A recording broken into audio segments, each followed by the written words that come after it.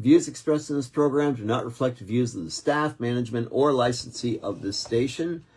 This is 91.7 FM, WHUS Stores. I am Peddlin' Ron, and you are listening to Bicycle Talk. Welcome to Bicycle Talk, episode 391, to be broadcast on April 17th on WHUS 91.7 FM and WHUS.org.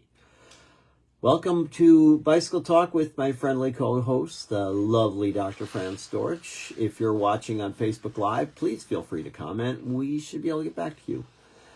Bicycle Talk is a show where we talk about bicycles, bicycle culture, bicycle advocacy, the upcoming news in cycling, the bicycle business, and the bicycle calendar. If you have a comment or you'd like to contribute information to the show, you can comment right down here below, and we will try to get back to you. Or you can leave me an email at bicycletalk1@gmail.com, because I know a lot of you are listening on audio file here too. You can also listen to past episodes of Bicycle Talk on WHUS.org, iTunes, Spotify, and now on my Bicycle Talk YouTube channel. Ron's Rant of the Week. Okay, and in a world where we worry about the inattentive behavior of drivers versus cyclists, this is from this past weekend's Amstel Gold bicycle race. A police officer on a motorbike working on the race was hit by a car. You know, nobody's exempt when no one's paying attention when they're driving their cars.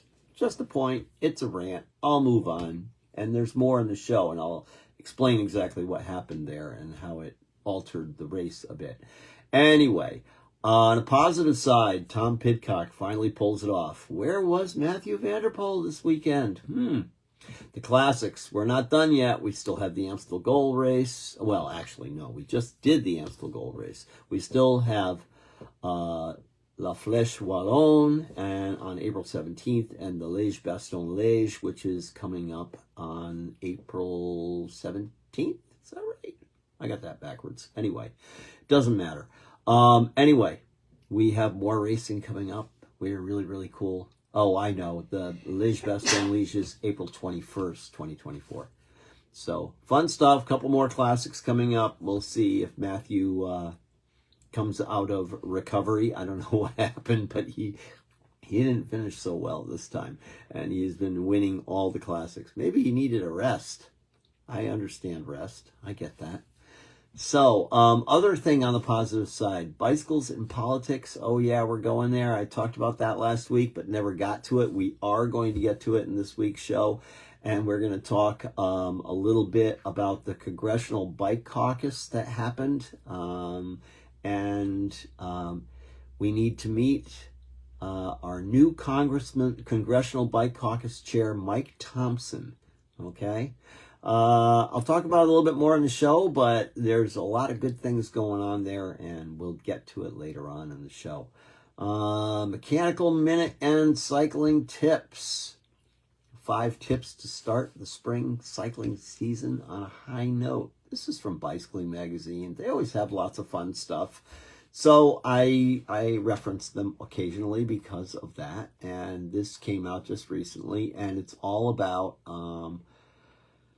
avoid the common pitfalls to keep riding strong and burnout free. Yeah, you know, people burn out when they ride their bikes too much. Can you believe people ride their bikes too much? That's hard to believe, isn't it? Well, anyway, don't go. Oh, this is one of my favorites. This is what I call the 2 disease. Don't go too hard too soon. Get it? 2 disease? Yeah. Amping up your training volume significantly overnight can lead to tendinitis and burnout, and you can rob you of your metabolic advantages gained from easier base miles.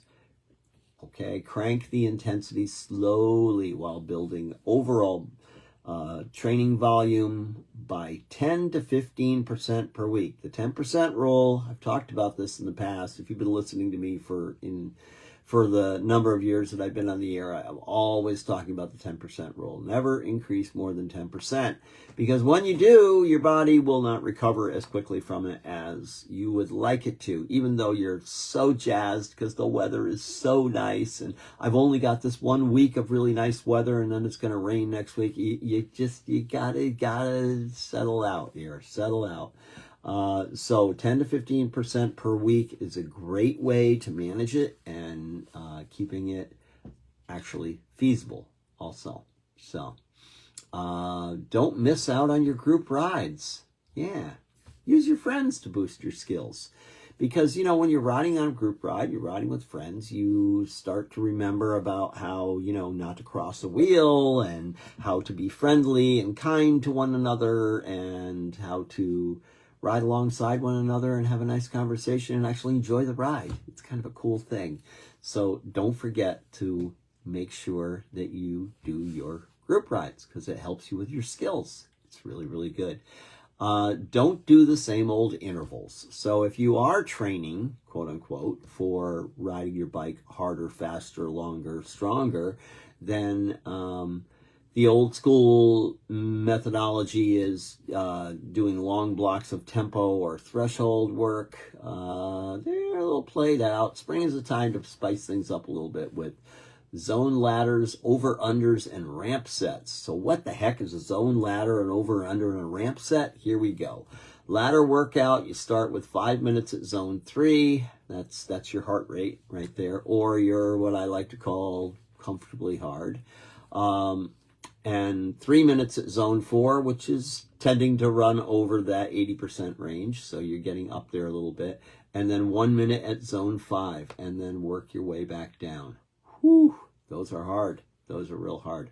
Over-unders are, they can be done in many combinations, but try a 12-minute block with 3 rounds of 3 minutes zone 3, 1 minute zone 5, 8 minutes rest between sets. So again, pretty hard stuff, but if you've got hills nearby, it's real easy to find it. real easy to find it. You could certainly find a 1 minute climb out there somewhere. And if you're, pushing yourself to zone 5, you can just go super hard on that. Remember also, when you're doing hills, you got to make sure that you don't attack the bottom of the hill, because you'll gas out before you get to the top of the hill. So you want to be careful of that. Ramp sets are just what they sound like. You experiment with the length of time at each zone, beginning with 5 minutes in zone 3, 4 minutes in zone 4, and 2 minutes in zone 5. Again, hard workouts, definitely very hard. But those interval workouts are the ones that really make you a lot stronger, a lot faster. So they make a big difference. And remember, if you're doing that, you want to be sure that you are not doing that every single day, because all of a sudden you take a look and you got this big event coming up in a month, and I've got to get myself in shape. No, don't do it that way. Don't do it that way. You got to take a rest day. Got to have a rest day in there. And don't skip cross training. Yeah. Working on your core, maybe some strength workouts, little bit of gym work still. You can still stay in the gym this time of year, even though it's getting nice outside. You can still go to the gym and do your other stuff too, and strengthen your core. Maybe do some yoga. Yeah, yoga's good. I've been doing Don't listen to Fran in the background. Fran is I never do yoga. Fran is a twice-a-day yoga person. So just so you know, she definitely does a lot of yoga. And depending on what level of yoga you do, you can get a lot of core strength out of it. Absolutely. And that's kind of a way of you're not only getting core strength, but you're also getting more flexibility, because you're getting more stretching and all that. So yoga is, you can do that 2 to 3 times a week. And you can also remember to use your foam roller, and yes, you can roll out your tight hamstrings and your glutes and your quads and your ITBNs and your lower backs after you get done riding your bike. Like the foam roller. Hate the foam roller. I like the foam roller. That's the way the foam roller works for me. It's a love-hate relationship. But it really does work. It really does. Once you learn to tolerate it and understand that this is a good pain I'm having. Yeah, anyway. And don't forget about fueling. Focus on your healthy eating. Big time. Nutrition is probably often the most overlooked part of your training. You got to have energy to ride longer and or more often. You need fuel to make it happen. That means paying more attention to getting your carbs you need before, during, and after workouts, along with protein to help your body recover and rebuild. Go for simple carbs before you hop on the saddle, like a bagel or cereal, and aim for a carb and protein snack or meal after you're done, like a turkey sandwich or, a Greek yogurt and granola. So you can definitely find all these things. So there's your 5 little tips for getting yourself back out there, and just write it down somewhere if you need to, or you can go to Bicycling Magazine and you can check under their training cycling tips article. And this article was by James Herrera on April 11th of 2024, and give you a few very, very positive, timely tips, because it's that time of year. Now, why do I always say it's that time of year? Because we live in the snow belt, okay? And that's a place that we used to get snow, and before climate change happened, and now the snow is further north of us, so we don't get as much snow as we used to get, but we still do get cold, we still do get rainy, and we still do get damp and ugly, and boy, I just don't want to ride my bike in that. So anyway, a lot of people, they either do a lot of their training indoors during the wintertime around here, or if they're not so serious, they do a lot of surfing this time of year. And the surfing, of course, is not in the water. Okay, it's on the couch. So I understand that. I just went through an incredibly cool basketball season, and I spend time on the couch when I do that. I also spend time at games if I can go to them, and there's a lot of jumping up and down, so there's a little bit of activity with that. But anyway, you get my drift. It's not bike riding. It's not what you're used to. So anyway, let us move on to the next part of the show, and that is where I am going into the content of the show. Is going to be talking today about advocacy and bicycles and politics, and we're going to go there. Last week I was planning on bringing this up, but timing is everything, and of course there's a few things that we are going to discuss as far as this goes. First of all, I wanted to go to Great Britain, because they have an all-party parliamentary group for cycling and walking in Great Britain. All right. And their vision is more people cycling and walking in the UK and more often. The mission is to use their role as parliamentarians to promote all forms of cycling and walking. The values as an all-party group of parliamentarians: we will work through the representatives and organizations in the private, public, and third sectors that share our vision. Objectives: to review research evidence and current best practice, the extent and success of implementation and potential developments that encourage cycling, and to develop recommendations resulting in changes to government policy and practice at a national and local government level based on the findings. Yay, Great Britain. Very good, very good. So I had to bring them up because, they're taking a very aggressive approach towards this, and they've got some positive things that they're working on. And the reason I'm using this is because it's a lead-in to something that we are doing here in the United States, and it is the Congressional Bike Caucus. It's a bipartisan caucus. Big, strong word here, bipartisan. Remember that? That's when people used to work together. You remember that, right? Yeah, it still happens. It really does. So this is the bipartisan caucus of the United States House of Representatives, launched by Representative Earl Blumenauer. Yeah. Yes. Yeah. It's officially registered with the Committee on House Administration, the House committee responsible for regulating caucuses. The caucus aims to promote cycling by improving infrastructure and increasing awareness of cyclists. As of 2023, the caucus has 107 members. The co-chairs of the caucus are Representatives Earl Blumenauer and Vern Buchanan and Ayanna Pressley.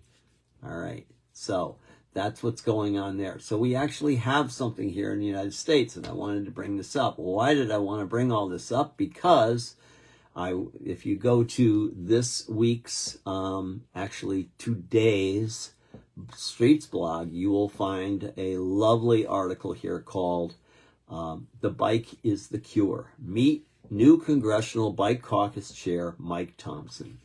Okay, he is the new incoming co-chair of Congressional Bike Caucus, and we're gonna explore a little bit about how he's getting other legislators riding. Great idea, right? So as I've often said, if you really want to get the attention of your local legislators and your local public, the best way to do it is to take them for a short ride. And if you can do this, my presentation, when I make presentations in front of local governments, is most of the people that are sitting in this room see everything from behind the windshield of a car or truck. I see everything from the handlebars of my bicycle. Let me show you my way. If you have the fortune to be able to get one or two of your local community members that make big decisions like this and put them on a bicycle and just run them through a number of different intersections and show them how it looks from the bike handlebar, their world will open up. They have no idea what we are dealing with out there. They have no idea what it's like to have a car whizzing by you at 60 miles per hour.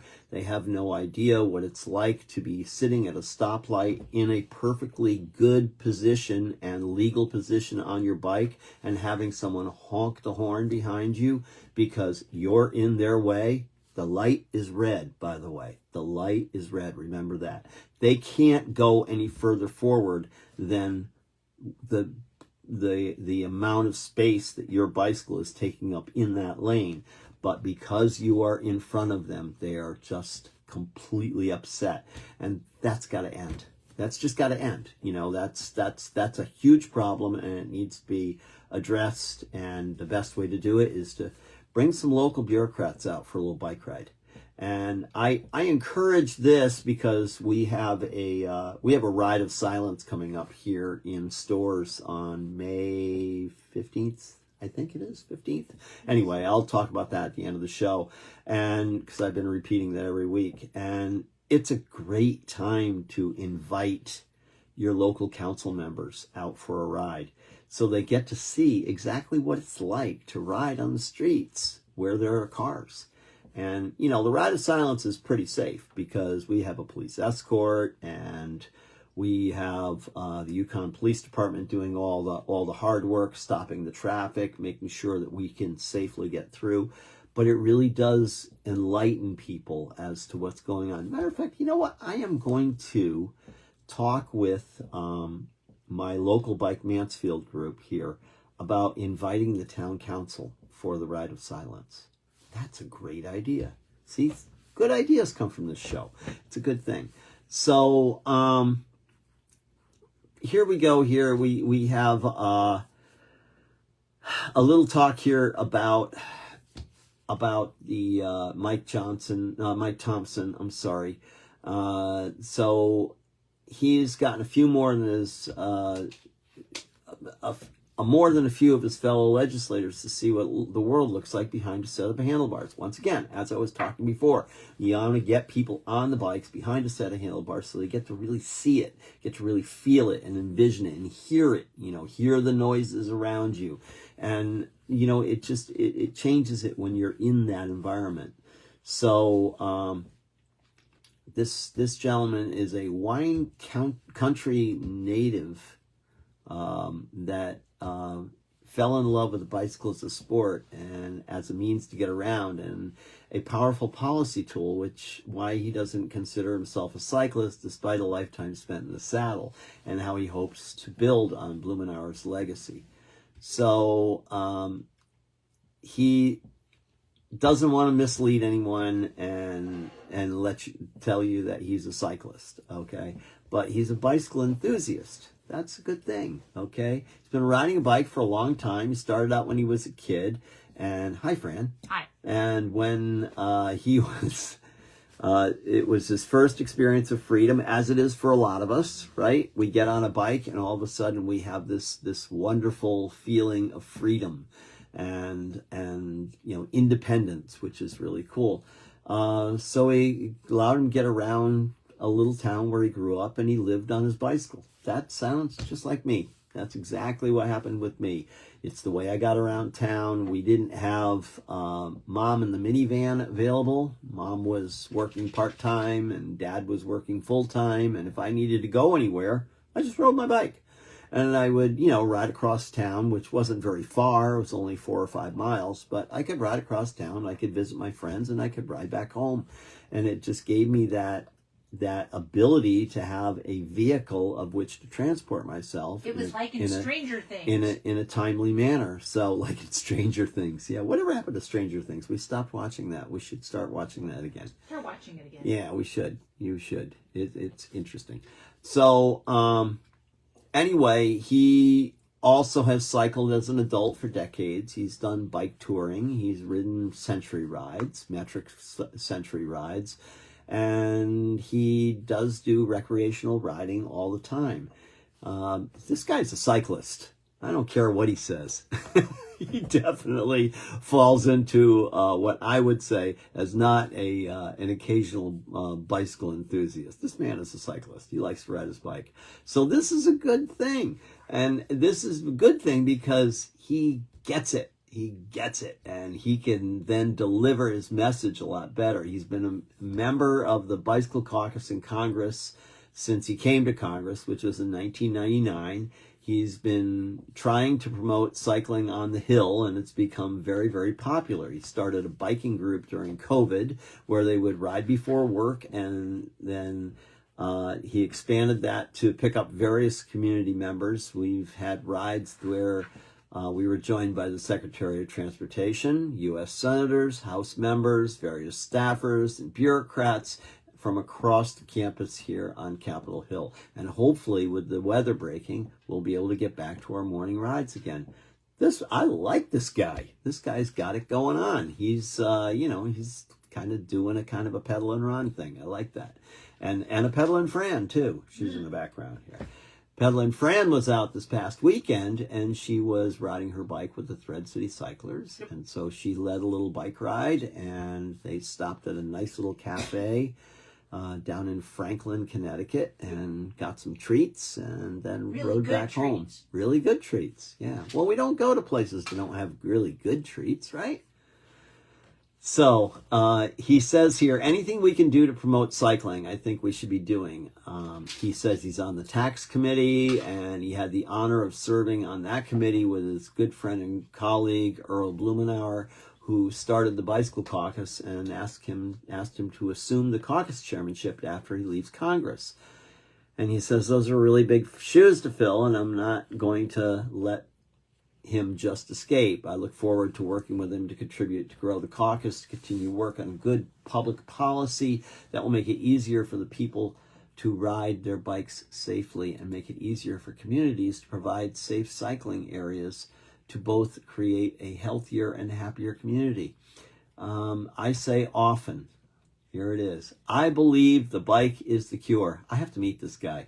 Where else can you exercise, get fresh air, see beautiful scenery, and reduce our carbon footprint? A point well made. I need to meet this guy. I think I'm going to have to figure out a way to drop him a note and see if I can talk with him. It sounds like my kind of guy. I'm not buying into the not a cyclist, by the way. He rides his bike enough to qualify for that. If you do a century ride, you're a cyclist, okay?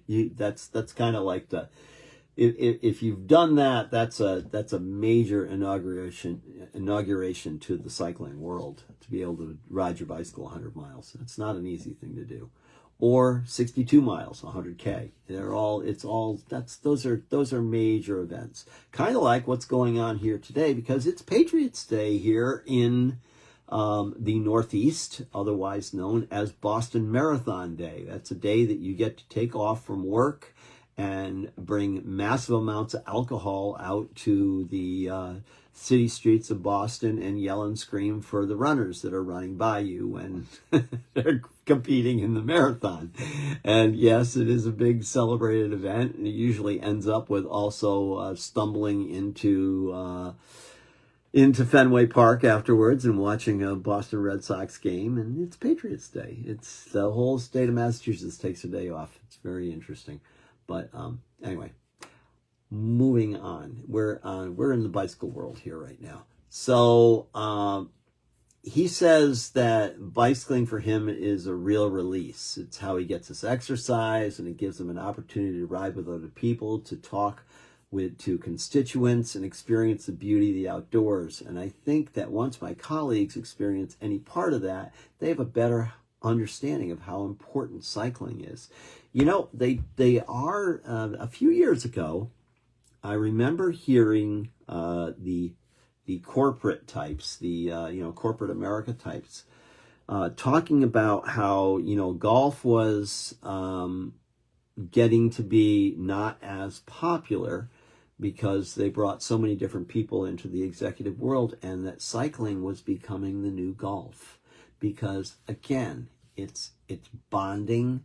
It's you work together to stay together, to help each other. It's a different type of corporate venture. Instead of going out on a golf course and driving around in a little cart and chasing a little ball around. But that's my opinion. I know people who love golf. I'm just not old enough for it yet. I haven't gotten there, but maybe someday. Anyway, so it's release, and a lot of people think, he says it right here, bicycling is for kids, the bicycle is for people, and the bicycle is for our planet, and we can do a lot more understanding the significance of the bicycle in regard to proper planning, in regard to environmental protections, as well as this he had mentioned a couple of times in regard to the reduction of our carbon footprint. This guy has got it together. He's, this is my kind of legislator. I think this. He says e-bikes are very, very important for a whole bunch of reasons. For one, there are some people for whom being able to ride an e-bike will help them get exercise that they wouldn't ordinarily get. It provides access to a healthy, safe sport for people otherwise who wouldn't be able to do that, and they may not even be able to go on long walks, but e-bikes empower them to get around. Yeah, there's lots of people that have knee issues and hip issues, and maybe it's from past life events, maybe a sporting event, maybe a car crash or something like that, and they have a lot harder time getting around. You get them on an e-bike, and they've gotten that mobility back, that feeling that you had. And if you have a comment on this, I'd love to hear it. What was that feeling you had when you first put yourself on a bicycle? We used to ask our guests that when we had guests up at the radio station. Now we broadcast out of our homes, so it's a little bit different. But anyway, what is that initial feel? Do you remember that first day that you got on a bike and you took it out for a ride, and the overwhelming feeling of goodness that you had from it? I do. I'll never forget it, and I will always feel that when I'm out there. So he thinks that e-bikes are very good, and he knows that a lot of people use e-bikes to commute, which is true.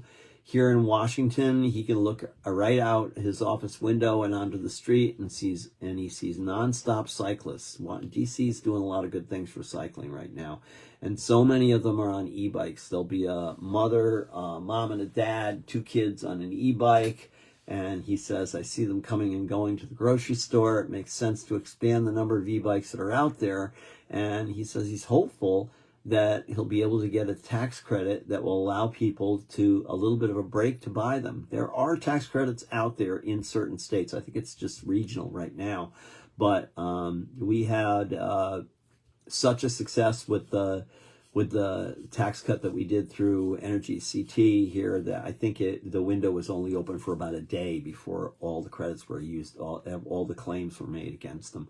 So there, an expansion of that would be great, and a bike tax credit would be like 30%, which is very similar to doing heating, cooling improvements at your home, or putting solar on your home, or doing energy upgrades. That it's the same basic idea. 30% tax credit is a 30% tax credit, and that certainly does help. So if you do pay the IRS taxes, by the way, it's tax day also. I forgot to mention that too. It's April 15th. So anyway, yeah, these are the types of things that might give people just that little extra push. Well, I can't really afford a bicycle like that. Well, what if 30% of it was used against your federal taxes? And now you get some money back from your federal taxes that you've already paid in, and you can use that 30% to help fund the bike that you just bought. There's a lot of good stuff here if we would just get it all going. And there is an e-bike share act that would provide $100 million worth of grants per year for 10 years to help local governments facilitate their bike share concept. There's a legislation that would make micro-mobility charging more available, which is a very, very important thing. And then there's a good old-fashioned transportation policy and infrastructure policy with more safe roads to everything we can provide, and safe routes to everything we can provide. The more we'll provide opportunities for people to be able to get out and ride, and that's it. If all of a sudden your town, city, or local, whatever it is, wherever you live, has some designated pathways, we'll call them right now, that are car-free, that make it easy for you to get down to the grocery store or go to the post office. Or people still go to the post office? I think they do. Or go to your local bank or whatever, and you can just do it on your bicycle. Once it becomes safe, it becomes much more doable, much more understandable. So yeah, infrastructure is huge. So it says here, there was a question asked. I have to ask the election year question. What would the outcome of the next presidential election mean for American cyclists? Okay, here we go. You ready? President Biden has shown that he is a bike rider, and he understands the value and the importance of that, and the policies that he has pushed and signed into law, most notably the $1.2 trillion investment in our infrastructure, provide a lot of opportunities for the cycling community and for state and local governments to access funding that will make cycling more available to folks. So he's a friend. He's a friend that would be good for the cycling community, good for the environmental community, and good for the transportation opportunities of American. So that's the take right now. The current administration is very, very behind us as cyclists. If you think of us as being a group of people that are getting good things out of our government, that is a good thing. We've got Pete Buttigieg, who is the director of the Department of Transportation, and he is an avid cycling enthusiast. He spent some time over in Copenhagen, I think, and Amsterdam, maybe both, with a bunch of mayors from the United States, and they went over to take a look and see how they were doing it over there. How is it that they could have 70% of their transportation being provided by bicycles versus being provided by single occupancy automobiles, and came back enlightened, as many of the mayors did that came back. And once they saw exactly how it all worked and the much more active communities that were evolving around the bicycle, because it was so much easier with the bicycle than to have to sit in traffic to get to somewhere where maybe you wanted to sit down and have lunch or whatever. You just ride your bike right up there. It's no problem. The parking issue isn't a problem. The congestion issue isn't a problem, and all the businesses that were serving people that were riding their bicycles were all thriving really, really well. This is the way you build your infrastructure. This is the way you build your strength of your country. And also, on top of all that, the side benefits of the health and well-being of people, I can't talk about this enough, which is why I'll be on next week probably talking about it again, because this is very, very important stuff. So we have a friend in Washington, is what I'm trying to say. This is a good thing. We've got some really positive things happening. And I've talked about this before about, our time has come and, blah, blah, blah. I go through the whole explanation at the end of the show. And it's, this is why things matter. Okay. People on bikes can come together as advocates, no matter why they ride. It's all true. Okay. It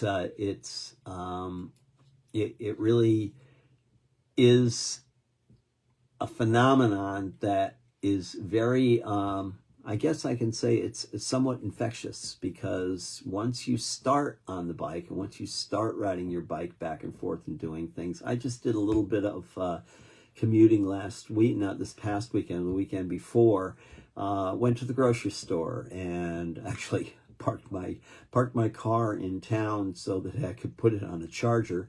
And I then ran errands while it was charging, ran my groceries home, and unloaded all my groceries that I had purchased. I probably had about 35 pounds of weight on the bicycle, and got rid of all the groceries. And then later on in the day, I rode back into town and picked up my car.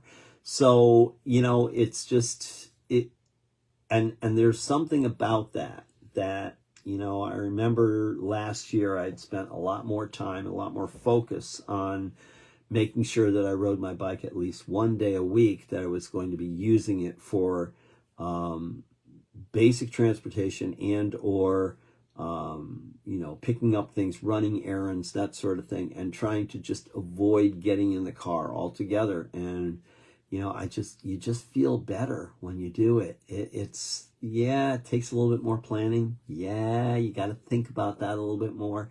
But then once you do it, it's just such an empowering feeling when you get out there and you ride your bike and you find that you can do everything you wanted to do, everything you needed to do on the bicycle. It's a very cool thing. I'm looking forward to getting my health back, because right now my health is a little on the edge as far as that goes. And so riding up to the community center to teach my classes is out of the question at the moment, but eventually that will get better and I will be able to experience that again, because I was doing that probably 2 or 3 days a week. I was riding up to the community center, teaching a class, riding back home.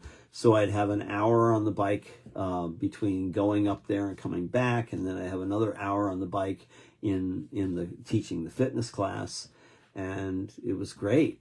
I was in great shape. Everything felt good, and there's just this incredible sense of accomplishment when you do this.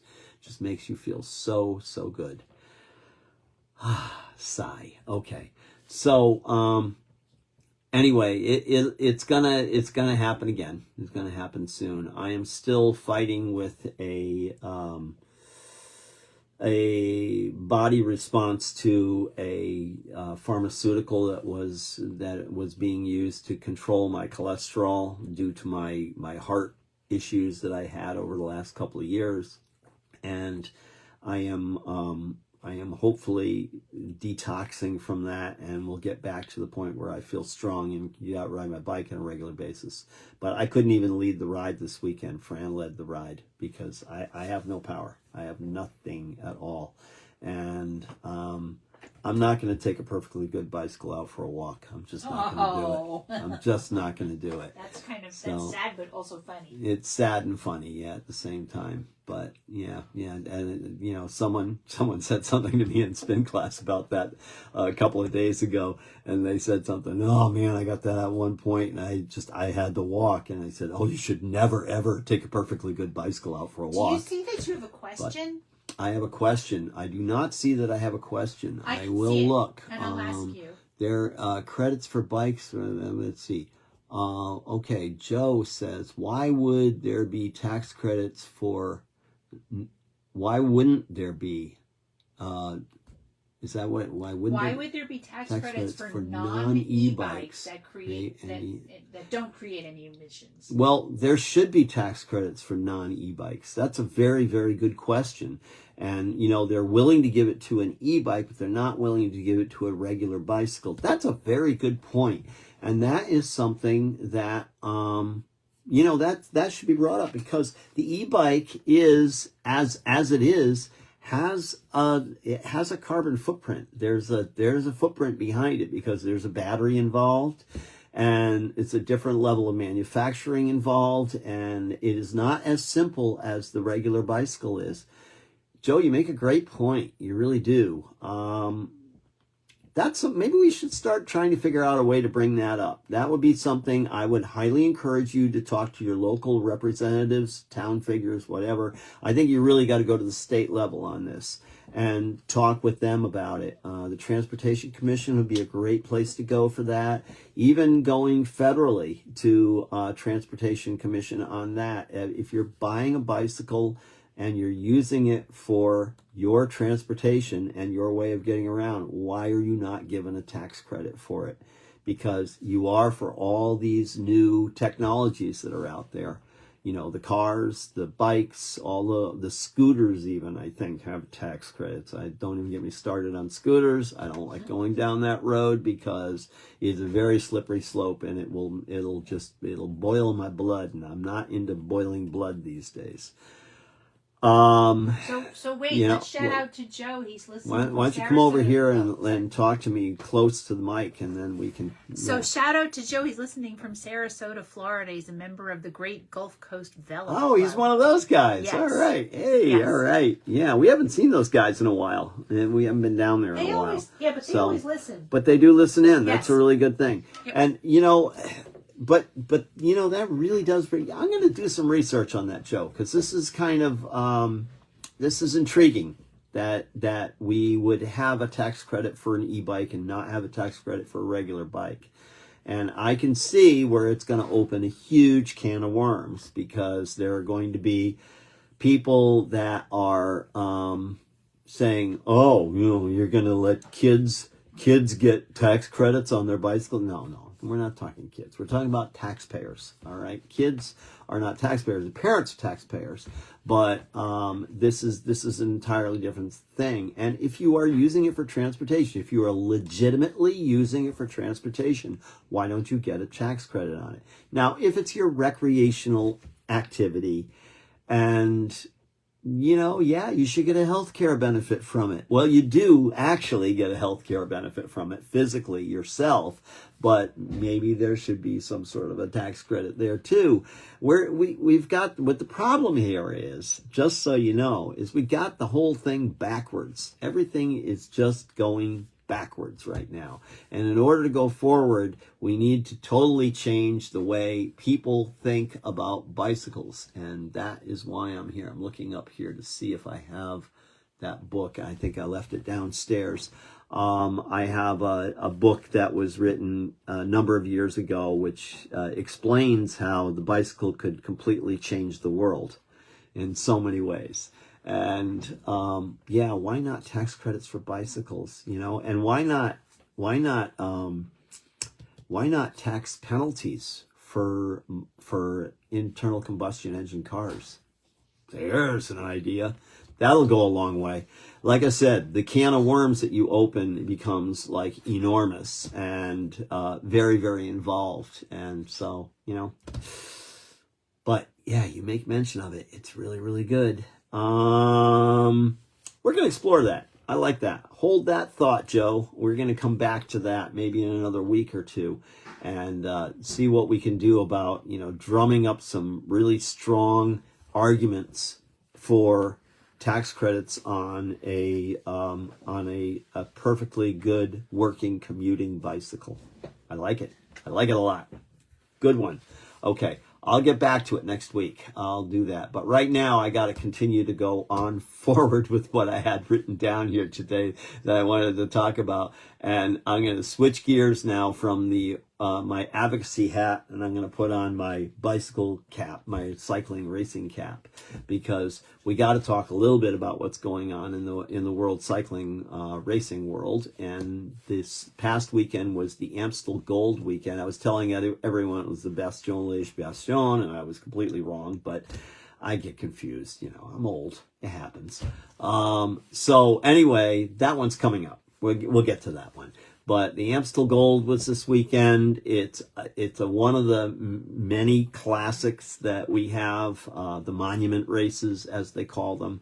And it was this past weekend, and it kicked off Sunday, and the top racers from around the world moved from the Belgian and French cobbles and into the Netherlands, where the women raced first, with the men coming next. So I'm going to start with the women. After over an hour of racing on Sunday morning, the peloton was halted to allow an ambulance and police cars to pass the race to attend to an incident. According to a tweet from the Limburg Police Department, a police officer on a motorbike, goes back to the rant, remember? A motorbike working on the race was hit by a car and at about 11 a.m., and he was taken to the hospital, and police had closed off the road, the third climb on the women's route, for an investigation. So that brought the race to a stop. Yeah, stopped the race, all right, and they were stopped at 11:10, and they remained stopped until noontime, with reports that the delay could last an hour, and as the emergency services dealt with the incident and cleared the road. So anyway, what happens then? Well, it's a schedule. You got the women's races going first, and then the men's races going after, and there's like all this scheduling and all this road closures and things that they got to do to put on a good bike race and do it safely. And so they had to alter the finish. So the women's race had a thrilling finish, but they did have to shorten the race a little bit. And here's where I address the boys and girls that are getting into bicycle racing. This is a very, very important lesson learned. So Lorena Weebs, she looked like she had the race won. They're coming into a finishing sprint. She started her celebration too early, and because she did, Mariana Vos snuck in and took the win at the line. Yeah, don't celebrate too early before you cross the finish line. Guess what? There might be somebody sitting on your wheel, and the rest is history. It's the first person to cross the line, not the first person to say, I won this race. Oops. That's a big oops. That's a really big oops. So I'm going to move on over to the men's side. On the men's side, Tom Pidcock emerged victorious, winning a sprint finish from a group of breakaway riders. If you got a chance to watch this, it's really interesting because, first of all, the one major point of interest is, where was Mathieu van der Poel? Mathieu van der Poel was non-existent. He kind of like slipped back in the pack, and I think he finished like 22nd or something like that. So quite a ways back, 22nd or 24th. Anyway, the attacks were up front. Ineos was attacking. UAE was attacking. There were all sorts of great things going on. The Visma crowd was there. They were attacking. There were all sorts of great rides going off the front, and there were these little micro breakaways followed by another micro breakaway, and it was just back and forth, and it was very exciting. It was very, very exciting. I think I just read something yesterday as I was watching it, that there is like a 22 or 24% climb in the Amstel Gold race, which makes it kind of blows me away, because it's the Netherlands. It's not hill. It's not generally hilly in the Netherlands, I don't think, unless I'm missing something. And obviously I am, because there were definitely hills in this race. There were definitely some hills. But one of the climbs, not very long, was at a over 20% grade. So that's kind of an interesting thing. So we move on to the Pidcock session, and he outsprinted Mark Hershey by inches to win the Amstel Gold and right the wrongs of 2021. After, if you remember 2021, if you are a bicycle racing enthusiast, there was a photo finish at the end of that race, and there was a lot of discussion as to where the finish line was and who really won the race. And Pidcock thought he had won the race, and a lot of people thought he had won the race, and then he didn't win the race, and it was, it was kind of a thing that happened back then. So after and he lost to Matthew van der Poel on that one. Pidcock found himself in a group of 12 riders off the front of the race on this one with 30K to go, and it was 12 riders made up of 11 teams. Wow, talk about a bipartisan team. And a bipartisan breakaway. Anyway, it contributed to a disjointed chase from the peloton behind, despite the gap to the front never reaching a minute. Van der Poel wasn't even in that selection, finding himself isolated when the attacks started flying, and refused to pull the whole bunch back after the winning of the Tour of Flanders and the Paris-Roubaix. Yeah, his legs are cooked. You know what? You can get tired doing this stuff. It's not easy week after week after week to win all the races. So anyway, Pidcock eventually went clear, and he went with Mark Hirsch of UA Team Emirates, and Tez Benoit from Visa Lisa Bike, and Maury Vansevant from Soudal Quickstep, and who sacrificed himself in the final kilometer to ensure a top 4 finish while out of contention for the win. Benoit was the first to open the sprint, but Pidcock timed his run perfectly, sneaking through on the inside and just about holding off Mark Hershey to record Ineos Grenadiers' first major one-day win of the season. Now, if you watched it, there was a group of 4, and they were obviously away, but there was no cat and dog. We're screwing around with this because I'm waiting for you to go before you go and all that, because then there was a group of 5 right behind them, and they were closing in on them fast. So there was no backing off, and it was exciting because I thought that group of 5 was going to catch them. It was that close. So it's kind of cool. It's very exciting. It's bike racing. I like bike racing. It's fun to watch. Anyway, it was a big weekend. It's definitely a big weekend. And there's 2 more to go. So we've got more coming up in the near future here. So, I think I'd mentioned that earlier here, April 17th, which is a Wednesday, and which is kind of interesting for the Flèche Wallonne. And then the Liège-Bastogne-Liège is on the weekend. It's a Sunday, April 21st coming up. So lots of cool stuff coming if you like your bike racing stuff. And if you can't catch it all, you can always catch one of those YouTube, roundup type things where they go through the, they kind of condense it all so that you can still watch it if you don't have a Flow Bikes or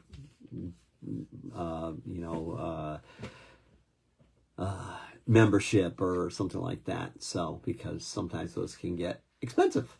But anyway, wild weekend, really good stuff. I'm going on to events here. We're going to talk a little bit more about what's going on. Our local Thread City Cycler rides have started, and they are usually on Saturdays from the North Wyndham School, but we've had some weather issues as we do in the spring, so I know a lot of the rides ended up going off on Sunday to take advantage of a little bit warmer day and supposedly a drier day that wasn't really much drier, but that's beside the point.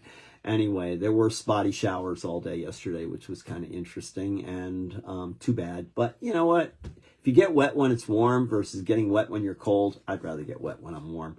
And so anyway, they have started. The Sea Otter Classic starts April 18th through the 21st in Monterey, California. Big deal. If you're in California and you've never been to that, you should definitely go to that. If you're going to California, you've never been to that, it's definitely a cool thing to go to. It's a big festival. It's a lot of fun. And the Maid Show, which is a hand-built show, will be in Australia for the first time, the 28th and the 29th at the Darebin International Sports Center in Thornbury, Victoria, near Melbourne. And the Maid Show here in the United States will be August 23rd through the 25th in Portland, Oregon. Domestic Events, a company that I work directly with, and shout out to Richard Fries and company, has a Lime Rock Classic, the Lime Rock Epic, actually coming up in the fall. And that'll be from Lime Rock Race Park, and that will be another gravel grinder of major significance. The Ride of Silence is Wednesday, May 15th, rain or shine, and it's at 7 p.m. As far as the rollout goes, it's at 10 South Eagleville Road in Storrs, Connecticut. We're already gearing up to get a much bigger crowd this year than we've had in the past. We have overflow parking next door at E.O. Smith High School if we need it, so we're good there. It's just a 3.5 mile loop. It's a quiet protest is basically what it is, and it's a being escorted and monitored by the Yukon Police Department. The max speed is 10 to 12 miles per hour. Helmets are required, and it is a kid-friendly event. So, and also a legislator-friendly event. So invite your local politicians to join you and get them to experience this. The Ride the East is on June 8th, 2024, and it starts at the Gilson House Museum right here in downtown Willimantic. And that is at 7:30 p.m. a.m. on June 8th. And you get to explore the scenic airline trail with the East Coast Greenway Alliance and Trust for Public Land. So there's a 48-mile ride and an 18-mile ride on the Airline Trail State Park. And anyway, it's sponsored by the East Coast Greenway Alliance and Trust for Public Land. So if you haven't ever ridden on the Airline Trail, do yourself a favor. It's a treat. It's really, really nice. The 2024 Steeplechase Ride and Walk is Saturday, August 17th. We have road rides, including a 20, a 35, and a 62-mile ride. There's a 5-mile fundraising walk, and in addition to last year's 18-mile gravel ride, there'll be an additional 40-mile gravel route available. 90% dirt roads, folks. So pretty cool stuff. I know gravel is hot right now. Project Mayhem Cyclocross Series is coming up this fall. Stay tuned. I'll let you know more about that as we get closer. So, the classics. What do you think? Bicycle legislation. I told you our time's coming. Told you this. And 5 tips to start spring cycling on a high note. You know, little tips get you going. Give you a little inspiration here, a little motivation. Get going. Ride, so 2024, more miles, ride to commute to work or around town, better fitness, or simply enjoying bicycle rides. You take more by slowing down and smelling the roses. I'm going to say it again. It won't be my last time. You got to get loud, get active. Our time has come. Stop complaining about traffic, dangerous roads, the price of gas, and the lack of places to safely ride, and join the revolution of change. Hey, take a day and park that car or truck. Ride your bicycle instead. You might just surprise yourself. The views expressed in this program do not reflect the views of the staff, management, or licensee of the station. You have been listening to Bicycle Talk with my friendly co-host, the lovely Dr. Fran Storch. If you're watching on Facebook Live, feel free to comment, or you can just send me an email at bicycletalk1@gmail.com. To listen to past episodes of Bicycle Talk, WHUS.org, iTunes, Spotify, and now on the Bicycle Talk YouTube channel. If you'd like to contribute information, drop me an email. This is Pedal and Ron. Remember, keep the rubber side down and the wind at your back. Get out and ride your bike. It really could save your life. This is 91.7 FM, WHUS Stores, and WHUS.org. Thank you so much for listening. I'll see you next week.